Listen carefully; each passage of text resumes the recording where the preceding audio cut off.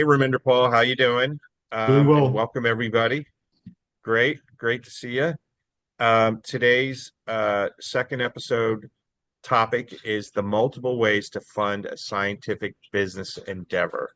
And what we want to try to cover is um, maybe educate you on the different funding mechanisms out there, uh, maybe prepare you, or maybe talk about personalities and culture, which you may or may not have experienced, depending on how long you've been in the industry, um, and then ways to fail. There's more ways to fail than there are to succeed, unfortunately.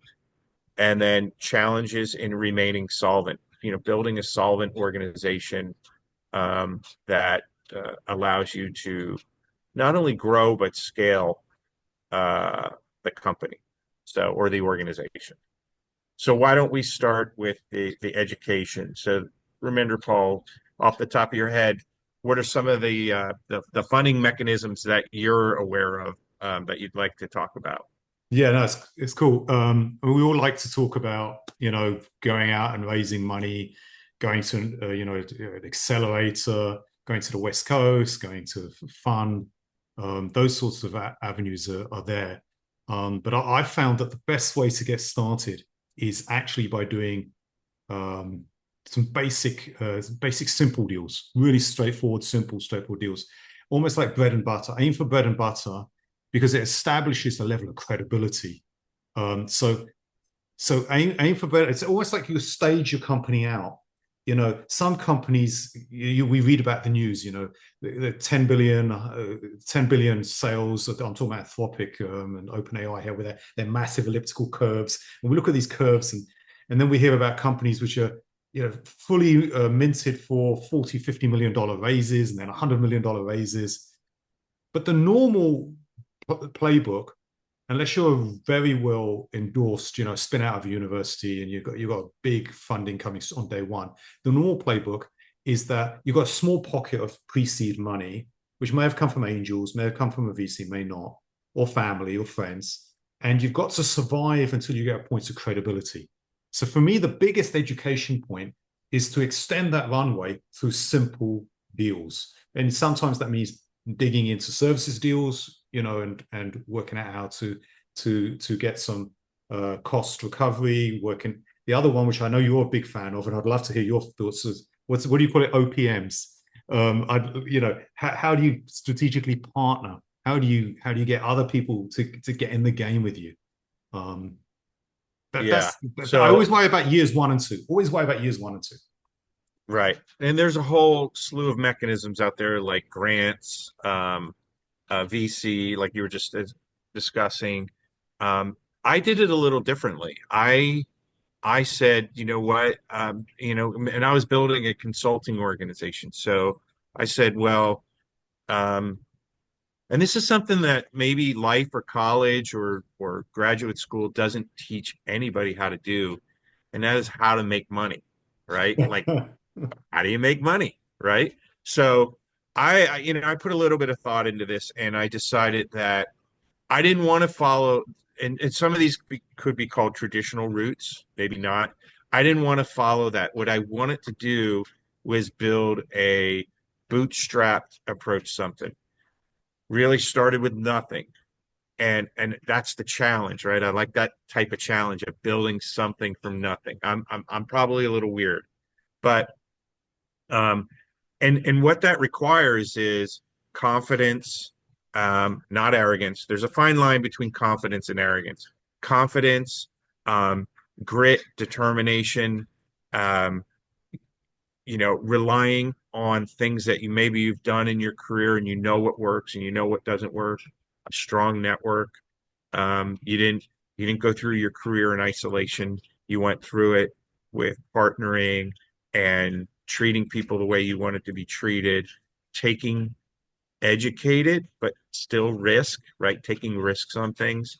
Um, Almost a little more of a culture first approach to this. So, and what it does is it proves out pretty quickly, hey, this is working or that's not working. Your startup or whatever is going to fail and fail fast. Um, So there's that whole aspect of bootstrap, organically growing, taking risk, um, delivering as high a quality of a product as you can or approach, and then slowly building on it over time. And I would so, I would just add to that that I remember years and years ago that they used to say when somebody was coming out of school or college, uni, that they should go to a bigger company and get some training on how to be professional, the 2 years on boarding, get their feet wet in a environment with the systems. But actually, all that turned on its head, I think, about a decade ago. And now the encouragement is, or at least prior to some of the challenges we had recently, some of the encouragement was, look, when you're young, you can take risk. correct, When absolutely. I, when this is a great conversation because there's a lot of validity to what you're saying, right? I even gave a family member, advice on, hey, if you're going to go be a consultant, you really need to be an expert in something before you do that. But you can be a really good consultant without being an expert. But it's going to be harder, right? You're going to learn the how to polish slide decks and how to do this and how yeah, to gather yeah, information. yeah, But you may never be a true expert in a domain, and so it could be harder to excel as a consultant, except from a process perspective. yes, yes, yes, and so you can form a company at any time of your life. I mean, I was surprised to hear that founders' average age is like 40 or 45 or something crazily high. Well, makes me look young. No, excuse me, makes me look old. But um, young folks have the opportunity. You also don't have, you have, of course, school debt. Yes, debt coming out of school, but you don't have family so much debt going on, and also burn rates. Your Right. family spend your monthly expenses, and you can also be mobile. And so I think there's a big thing about taking advantage of those young 20s or your 20s to have a shot. And Right. and the difference between the US and say the UK is that in the US, I truly believe this is true, that if you fail, people actually they give you kudos for trying. In the UK, if you fail, you are labeled. Right. If you So, fail in a okay. startup, you are labeled. This labeling is part of the problem. So you're describing two country cultures, geographical cultures. But in the United States, there's this push to you have to fit into a box in grammar and middle and high school, right? You have to follow the way they teach, the way they do things. And for some people, they fit right in that box and they follow the herd and they go along. For other people, they don't fit in that box. They don't learn that way. And they're so they can fail in that institutional approach. Um, and then the culture of, oh, you have to go to school, you have to do this. People are a little bit brainwashed, right? Instead of saying, hey, this person's really good at working with their hands, or this person is incredible at learning languages, or and not kind of forcing upon them the things that they think society is going to be good for them. So what happens is you get into your 20s and you're lost. You don't know what you want to do. You went to college, and because either you might have thought that's what you want to do or somebody said that's what you should do, you come out of school and you're like, this isn't what I want to do. Yeah. And you go work for someone. And so, but then you get trapped into a job and maybe you have a family, whatever it is. And you brought it up before it's not until you get into your late 30s, 40s, and you're like, I gotta do something that's for myself. I gotta go do something different. Um, but it's the I won't call them kids. It's the young adults in their 20s who have figured that out along the way, are very driven, and say, I'm not going and working for the man. I'm going to go do my own thing. And those people they could fail three, four times before they're successful. They could hit it on the first go round, right? And they do extremely well. So I think there's these cultural issues with approaches and people's decisions and how things transpire and take off. But it's it's something for the younger generation to really look at and decide, at some point, what do you want to do? How do you want to do it? And how are you going to get there? Yeah, and of course it's challenging because there's school debt is very high, medical bills are very high, and so you're burdened with this kind of independence on your on your income, on your cash flow. Yeah, And the way to solve a burden is to go work for the man, as you say. And then right. the corporation will pay for your healthcare, roughly. The corporation will pay enough for you to pay some of your bills, buy a car, and that's just very tempting. I would say the other thing is, we're in the education slot here, and I think under education, you get a lot of education, and you hinted it earlier. You get so much education jumping in the front end. I mean, the businesses I've run before, you're not just doing your typical sales things. You're not just doing typical marketing things. You're not just doing management things. You're not just doing product management things. I mean, you're doing everything, and you can't do it textbook. And you're dealing with real people, real problems. And if you fail a deal, if a deal doesn't close, actually that affects your ability to keep that business open tomorrow. Correct. And that Correct. sort of rawness is really, really good conditioning. I used to do karate when I was a kid, and we used to do this thing called skin conditioning. And this is what it is. It's massive conditioning. It's brilliant. Correct. Yes. You build the density in your bone by repetitive hitting and stuff. Otherwise, if you would break your hand on one first, thrust or whatever, if you didn't condition all, and that's actually life. So this is another great topic. You have to condition your ability to cope. So many people today don't have coping skills. They don't have a lot of these skills because they've been sheltered to not be conditioned. And what am I even talking about? I'm talking about going through difficult times, learning how to deal with difficult situations, growing through that, learning how to survive those, learning how to deal with difficult people, right?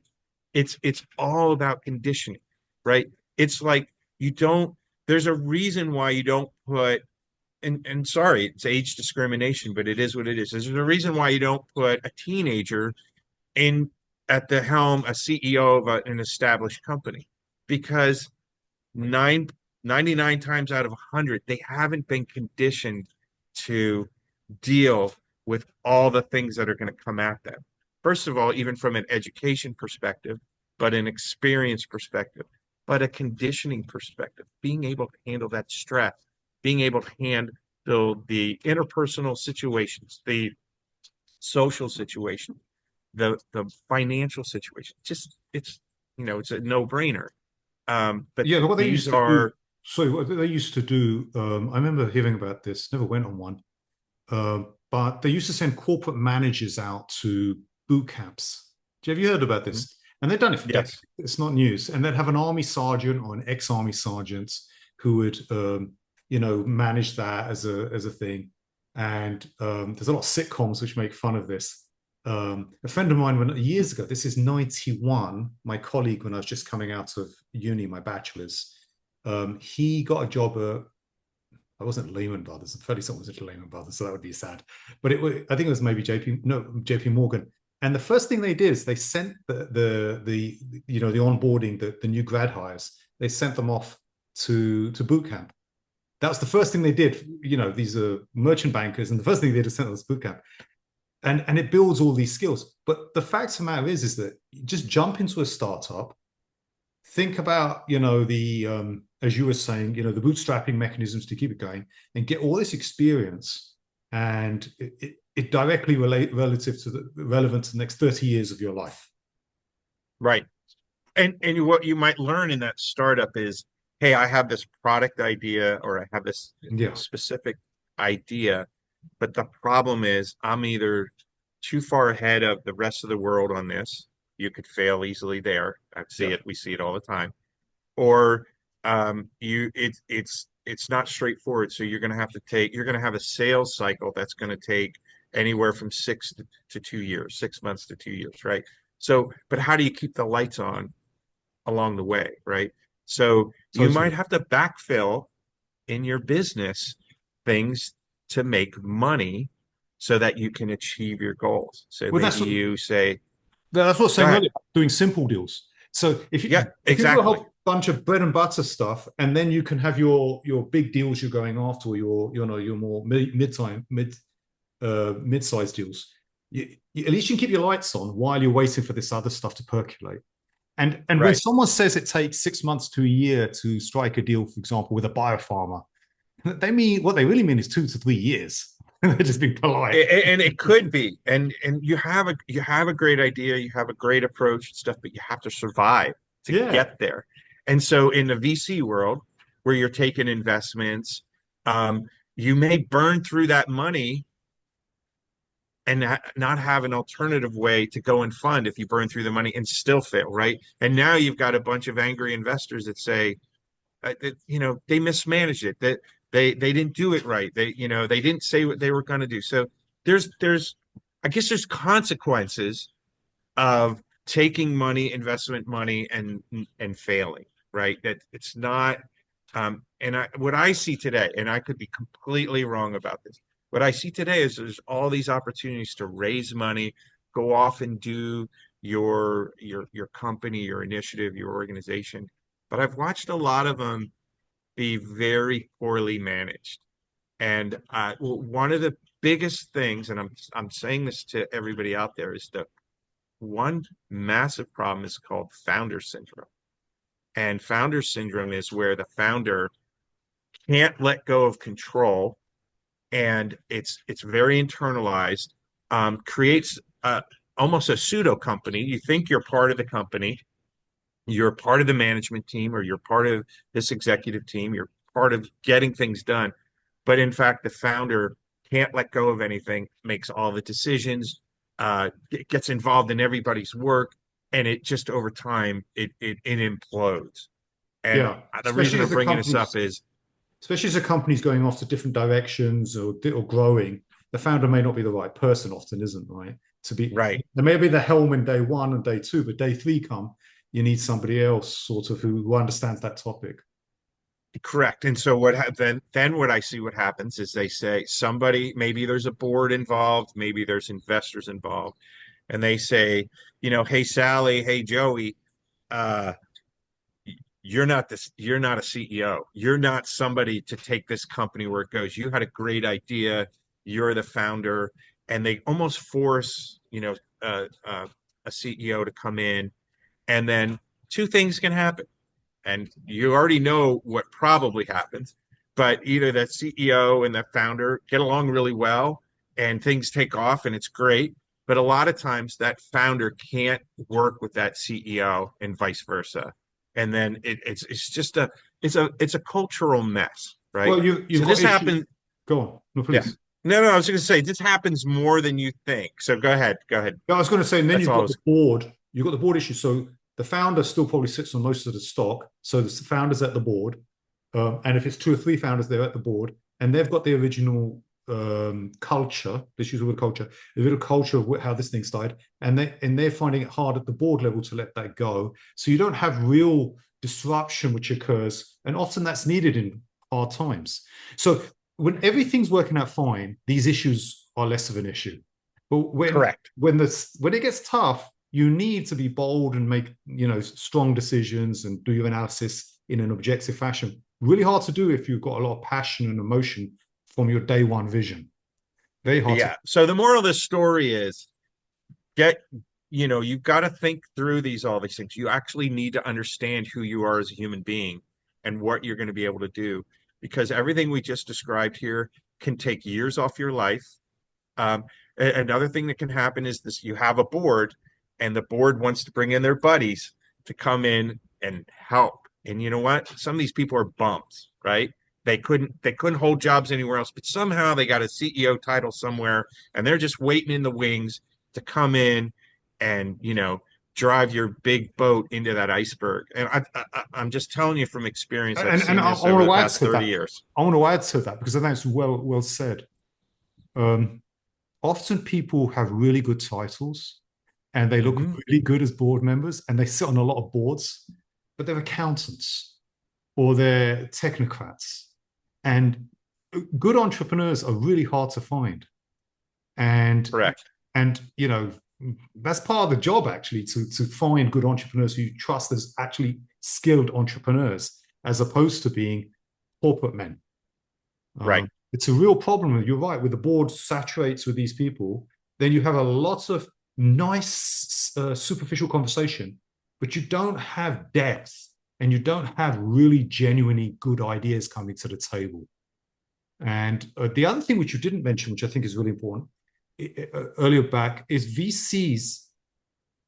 They're really good for bringing money. There's a big value, like you said. There's a place. There's different approaches, but they will ask for a plan, a spend plan. And when they ask for a spend plan, they'll ask you to stick to it and meet the metrics behind it. So they'll tell you off if you're underspending. If your burn rate goes down because you want to, they'll come back to you and say why. Now you could argue on an extended runway, this and that. You may get away with it, but in the earlier days that's easier. But as soon as you get to some real money, like your Series A, your Series B, they want you to scale crazily fast, and that means they want you to spend crazily fast because they don't, want twice. But the important thing is they'll walk away from it just as fast. If it's not working, Right. they'll cut their losses and they'll go on to the next, opportunity as the big unicorn for them to focus on. And so there's the loyalty levels at that point become, very difficult to work with. They're not really entrepreneurs. They're doing their math and they're working out where should they spend their time and their money going forward. And one day you're good, next day you're not good, but you've spent all that money because you've committed to spend all that money in your plan. Yeah. Let's just real quick, just from an education perspective, because I don't know all this stuff either. So I'm not here being righteous and saying, I know of it, but I don't know the details. And maybe that's part of the reason why I bootstrap my company instead of going down that route. That might be part of it, of lack of experience, lack of understanding. But there's grants and government funding, there's venture capital, private equity, there's angel investors, family offices, there's strategic partnerships in joint ventures, there's IPOs in public markets, there's revenue and self-funding. That's the bootstrap part of it. And then obviously, nonprofit grants, alternative fundings, which, could be a whole slew of things. But I think the important part too is from a seed round, we've got different seed rounds where people, seed series A, B, and C. So a seed round could be, $1 million to $10 million. A series A could be 10 to $100 million plus. And then a B is 50 to 250 million. And C is 100 million to 500 million type of approach. So that's what we're dealing with. Just from so everybody out there, if you don't have experience in this, and some of you probably have extreme experience. Yeah, I think that's well said, John. And I think there's one topic I wanted to touch upon, which I think you've got a lot of experience about, which is when a company's under stress. And I worry about smaller, younger, earlier stage companies. Once a company's raised about 20, 30 million, they tend to be off my radar in terms of being interesting because they tend to have a different set of problems to the ones I focus on. But when that's so they're early stress, one option they have is collaboration. And I'm not talking about JVs. JVs, like there's an entity, you create another entity. I'm talking about actually, combining companies, right? But you made a comment earlier about founders not letting go. But one of the reasons companies don't join up is because of that same reason, right? The founders have got a lot of, emotional stake in their assets in their journey. Right. And they can't see how the journeys can be, combined into a unified journey. They can't perceive that. And that means that a lot of companies which could potentially survive together are failing apart. Correct. And it's that, it's the cultural barriers that you can't break through to get through to people that say, hey, 1 + 1 could equal 4 here, as opposed to, it's very synergistic. And you're right. And it comes down to personalities and egos and all types of things. If you go out there and you look online and you'll see there's a little bit of a sociopath to some CEOs and higher ups because they have to be and want to be in control. And it's all about them. If you go just through LinkedIn and you look at all the CEOs out there, it's kind of interesting. Given how It- easy it is to set up a company and call yourself a CEO. yes.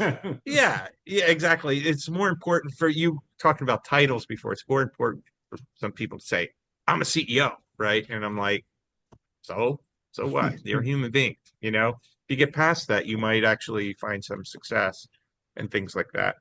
Um, But how could we but encourage people? I want specifically, how can we encourage founders who are under stress? And there are a lot of them. There are a lot of small, early stage to find ways to combining their companies with other companies. How do we? What steps can they take to one, let go, and two, find good matches? I mean, I think collaboration and, like we have a joint venture going. I think joint ventures are a great way to test out like how you might be all together. And not just as the the benefit of the outcome, but where's the friction? Where are things bumping together? Where do you have to say, ooh, we didn't think about that when we joined this joint venture. How are we going to handle this? How are we going to deal with that? I think they're great ways to really see if there's a path forward. And that's been my experience for one. The other one is, you know, again, kind of knowing where you're going is just, are you seeing, are you stagnant? Are you growing? Are you not just growing, but scaling? Are you doing this in a smart way where you're not just piling people on to say, oh, we're a huge company now or we're this, but actually, are you highly efficient and, running a tight ship?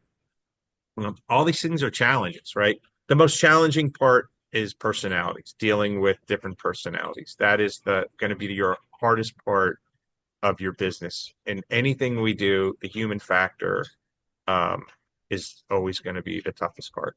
Yes, no question about it.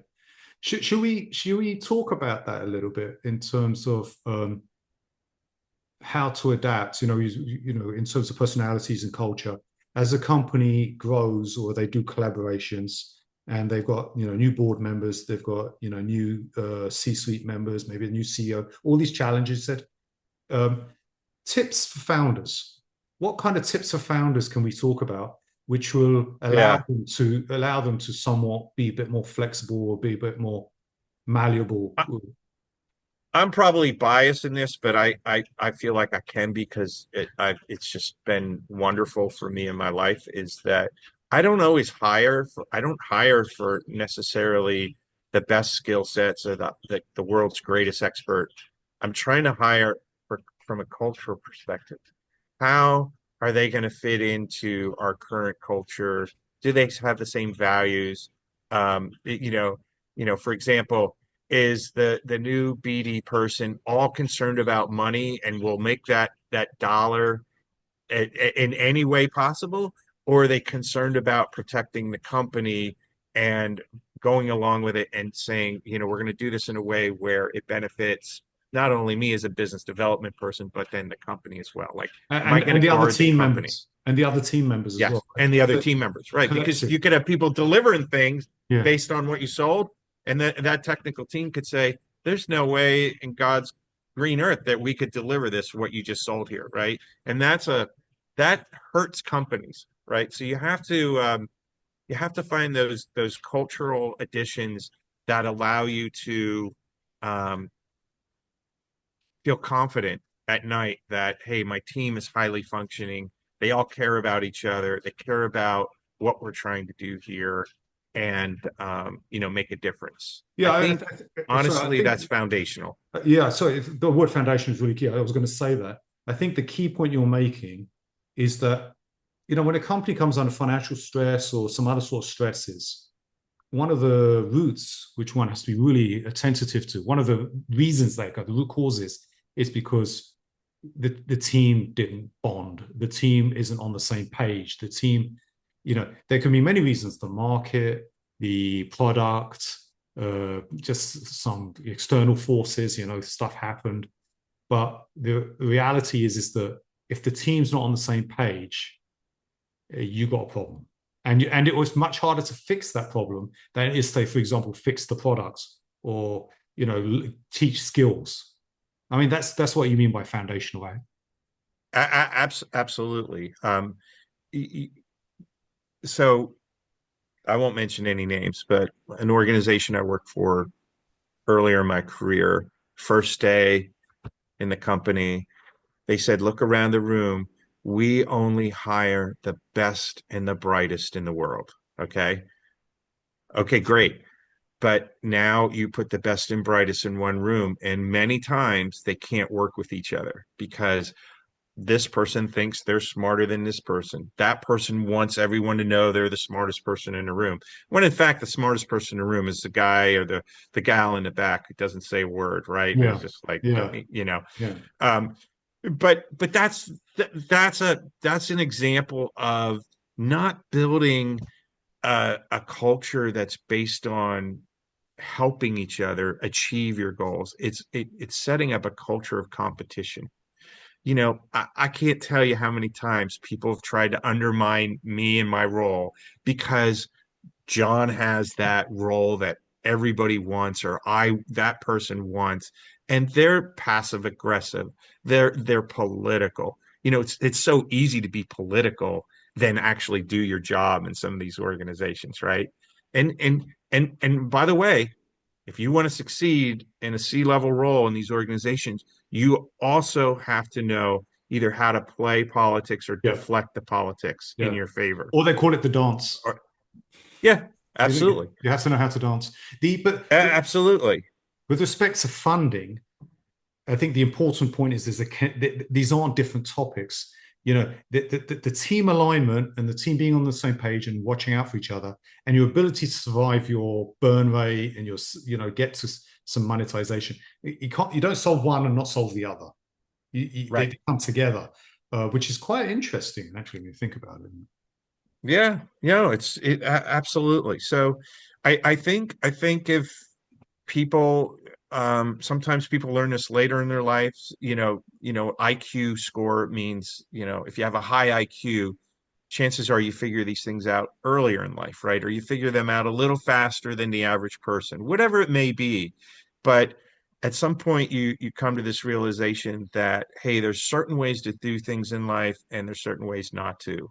And it can pay big benefits for you in team building, right? Leadership. And these terms should be used loosely, in my opinion, in life. Um, Calling somebody a leader, they need to earn that, right? They need to. That's something that you earn. That's not something that comes with a title, right? That's just not true. So there's all these things that come into play, and when you do it right, you build um, a culture first organization or an organization with culture that tries to stay above the line, not on the line or below the line, but tries to constantly stay above the line. Are you 100% successful in that? Nobody ever is, but that's part of learning. That's part of maturing and part of evolving. Um, are there people that will take advantage of an organization or people that try to do this? Absolutely. There's all types of people out there. So you just have to be careful. But in the long run, you can sleep at night. You can know that you've gave it your all, and you can know that you're trying to build some sort of momentum that guards the culture, guards your ways of working and thinking, rewards hard work, rewards people that know how to give back and things like that. I suggested let's move on to. There was something you mentioned at the beginning about in the agenda about ways to fail. I'm super excited about that topic um, because sometimes that draws people's attention. Again, thinking about smaller. I'm a big fan of earlier stage companies, and their funding challenges or their surviving challenges. Right. I'd be interesting if we could have a little back and forth of Yeah. what would we suggest to people which we will know will lead to failure. So we know one of them, which is Yep. hire people because of their skills only. If Right. you hire people with it because your skills only, you're going to have a funding problem. because you're not going to be able to get products not going to monetize because you're not lined up, you're not going to be able to react. What other ways are there to fail? I'll give one. That was your one. I'll give you one now, which is have a plan which only sees you 6 months out. I mean, if you only got a 6 month plan, you are going to fail, because Yes. what's going to happen is that a 6 month plan, and I'm talking monetization, I'm talking about funding. So if you, for example, if you've raised pre-seed money and you've only raised 6 months of pre-seed money, you're done, because it'll take you 6 months just to start revving, right? And then what are you going to do after that? I mean, you've got to go back to somebody for some money. So I think, or let's say you're doing bootstrapping, and you've bootstrapped at such a negative rate per month that you can only survive 6 months before you have to give it up. It's not going to change much. 6 months. You need a longer plan. Absolutely. I mean, um, there's a moment, and it involves risk. You have to know how to learn how to take risk. You have to know what you're capable of.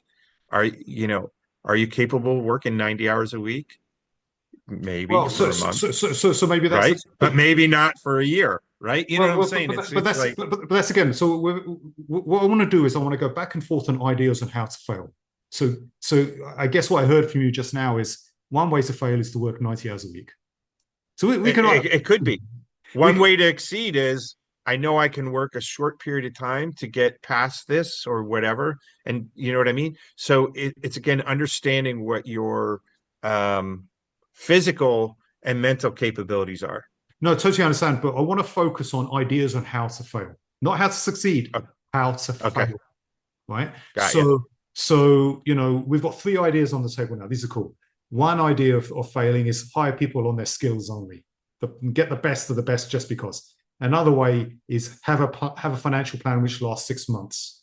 Another one is work 90 hours a week continuously. Yeah.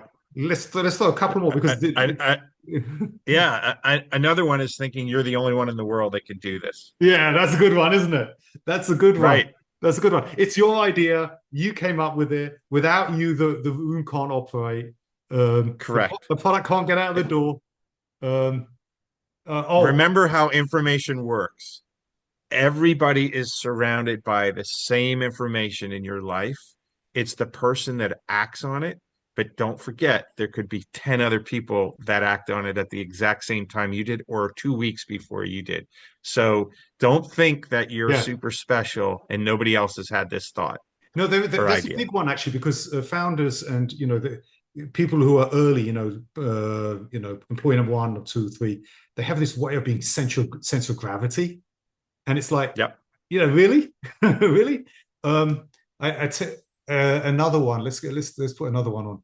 It's coming somewhere. I was saying, yeah, hire your pals, hire your friends. No. You're running a business.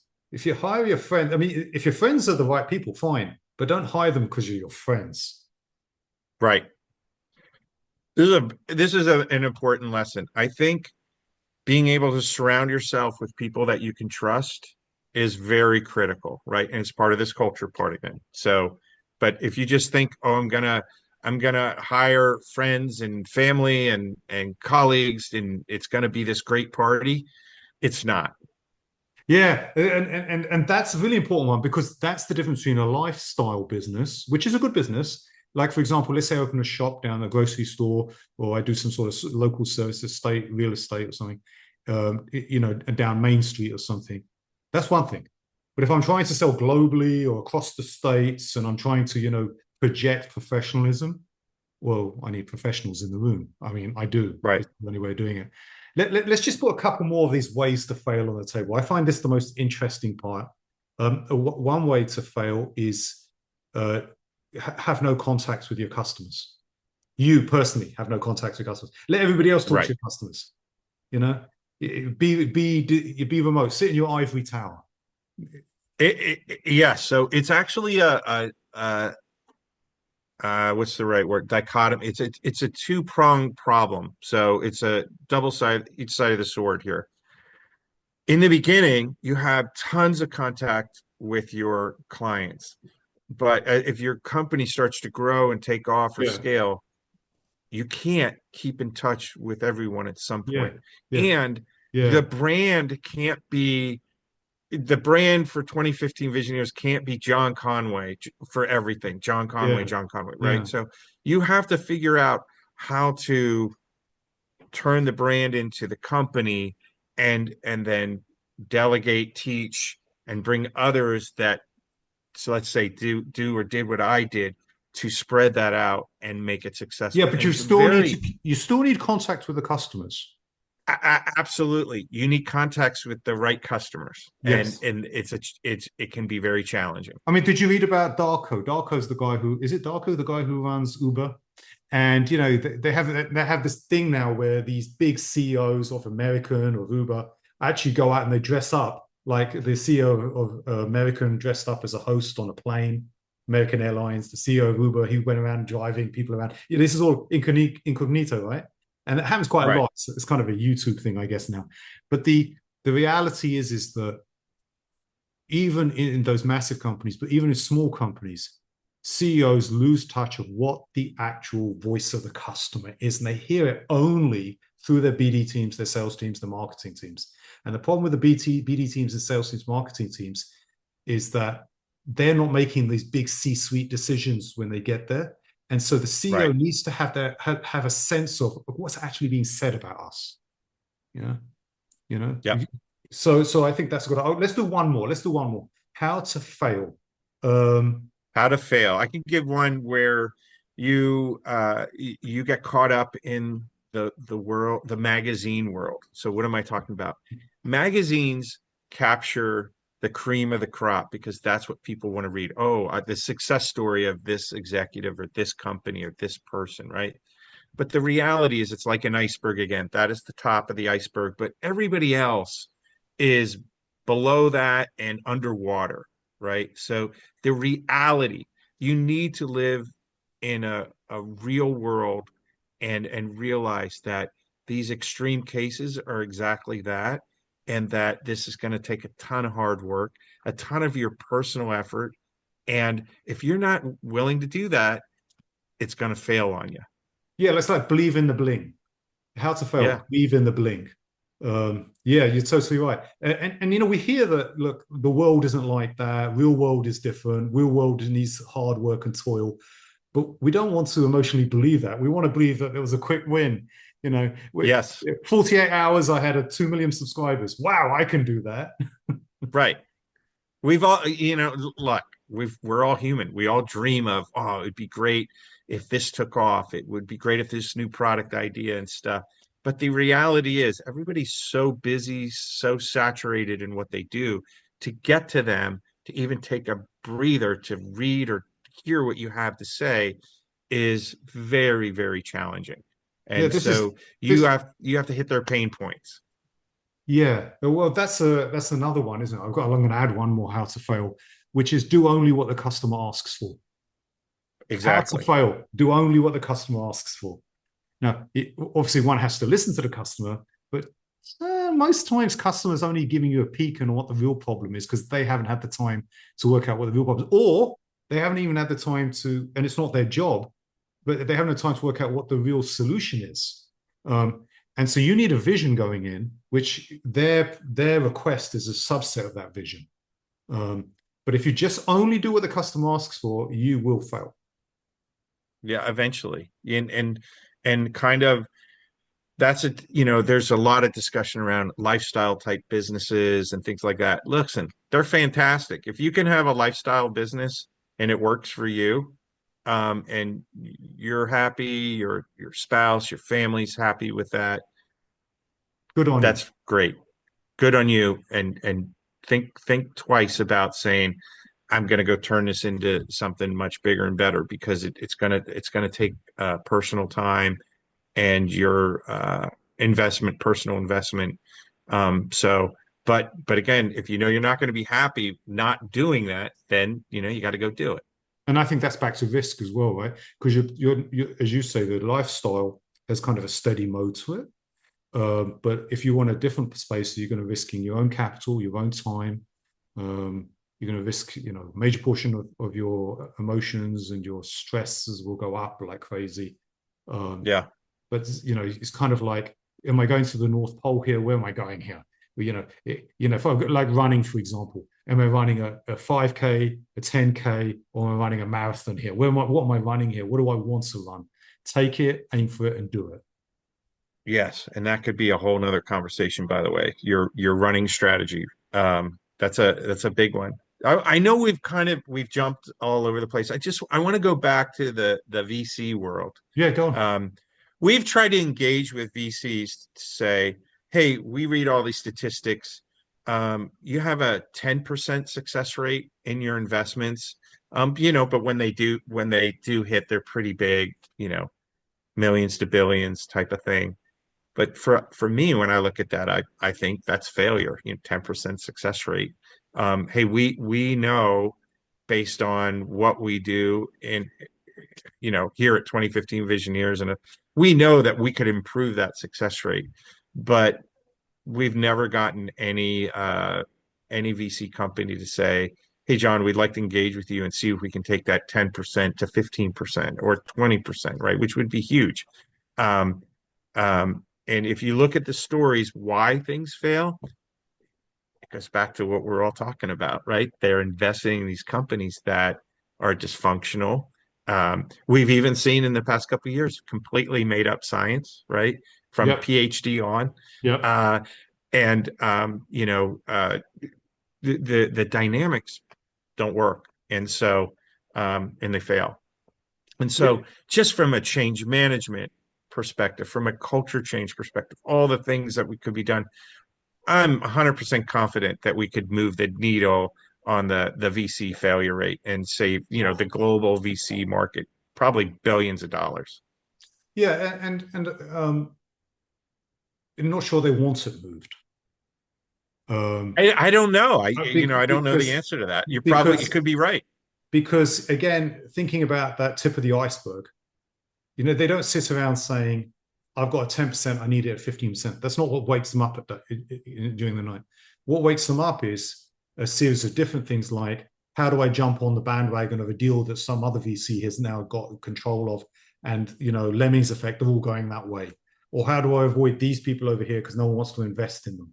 So, Right. in the same way that early drug discovery is kind of a noodling black box process, which no one can really work out who does what, VC is a noodling black box process of relationships, and some people are skilled in technology, some people are skilled in science, some people are just accountants, some people have done investments, some people have never done any. So some people have been entrepreneurs, some people never even worked in Yeah. another company, and so what happens is that it looks like there's a measurement which one can move, and that's the important measurement to move. But once you're inside the industry, just like early drug discovery, you have a very different perspective on actually how they think or how they want to think. Right. And Well, the future is going to be very interesting and bright. I'm convinced. Um, we have advanced data environments now with our AI capabilities. We've talked about this 1,000 times. It's beyond Moore's law. It's really moving. Um, so good things are coming. I think if the more we take human bias out of the equation, I think the more that managing all this complexity, and when I say all this complexity, I'm talking about the human personality parts, the dysfunction and all that. I think over time it should managing complexity should get better and better and better, and we can reduce failure rates. Now, I know we learned from failure, but we should probably start to reduce some of these failure rates. I think you're right. If we take the example of a factory, and a factory 100 years ago to a factory 50 years ago to a factory today, you see that progression, right? With the advent of Hmm. automation and technology, less people in the system, more throughput, more simple decisions made by machines. You have still some people, humans in the loop. I think a lot of that's possible. The challenge is, remember, we're in science. And until science can become somewhat objective in the decisions made in science, data's there. You're totally right. The onslaught of data's there. There's a huge amount of low cost data coming in, but there are decisions made in the workflows, and these decisions are still human for the most. And some of them will start to drop and become more machine driven. But while it's a human, heavy human in the loop as opposed to a light touch, then you still got somewhat a difficult place. Now compare that, for example, to semiconductors. Semiconductors, 50 years ago and then 30 years ago, was very much human. You had a machine and then human, and they'd very much move things along. Now you've got these machines which are hundreds of millions of dollars each in this workflow, and they're moving things along very systematically. You still have people watching the machines, as almost like monitors, and then maybe you have some test points with some humans monitoring the test results, and then fixing. You still have some stuff there, but the data is very dry. It's very clear. It works. It didn't work. It passed. It didn't pass. You don't have that in drug discovery, biology, learning. What's a pass? For example, let's talk about a simple thing like IND. Do an IND package. You could have two companies with exactly the same data make different decisions about whether they want to take it to IND or not, because it's a risk situation on you step up in money. So I think our industry that can go back to that failure part again. The company A has other things in the pipeline, and they can be objective about it and say, we think this has less of a chance than those 5 other INDs. And the other company says this is the only IND we that's have. Exactly if this doesn't work, we're out of business. That's exactly the point. But those are subjective decisions. Those aren't computer decisions. You can't program a lot of this stuff, especially when somebody's money's at risk. So I think you're on the ball. I think I would support the point immensely. But I think it's on a much lower ramp rate than other industries are. And so it's not like we know when it's going to occur. I firmly believe it's because of the inherent complexity in drug discovery. Much of it is, it's theoretical. We can't actually see what's going on. We're not 100% sure of these different things. So that level of complexity is much different than, and don't get me wrong, building a submarine or a jet airliner is very complex, but at the end, but during the process and at the end, you can see what you built. I think you're right. So I'm a big fan of data-driven systems. I'm a big fan of making objective processes, and therefore the benefits, as you say, which we get from those, which would take away a lot of the losses which are occurring today. The reasons why companies fail. Dynamics in our industry are a bit chaotic to see how long that will take to clear through. But then, of course, it only takes one company to punch through, right? When one company is demonstrating that ability, the other companies will pick up and start saying, oh, like, for example, it took Tesla to make, SpaceX. It took Elon Musk to make SpaceX. It took Elon Musk to make Tesla. Well, his people. The point is that these are punch-through companies. And now both those industries are reeling. I mean, the space industry is reeling, the car industry is reeling, right? It takes one company to change our world, the drug discovery science R&D world, and then everybody reel. And it also changes the funding equation. The funding equation then completely overhauls, and you can maybe do things at much lower cost or much faster or with much easier decision processes or steps. And we just need somebody to trailblaze for us, I think, early. Absolutely. Yep. All right. Well, we're over time, but hopefully people enjoyed or have feedback. Send us comments or your Please thoughts. Rip us apart, approve, whatever you want to do, but let's hear what you have to say, and we'll see you on the next go around. Thank you, Thanks, everybody. Raminderpal. See All ya. right. Bye. Take care.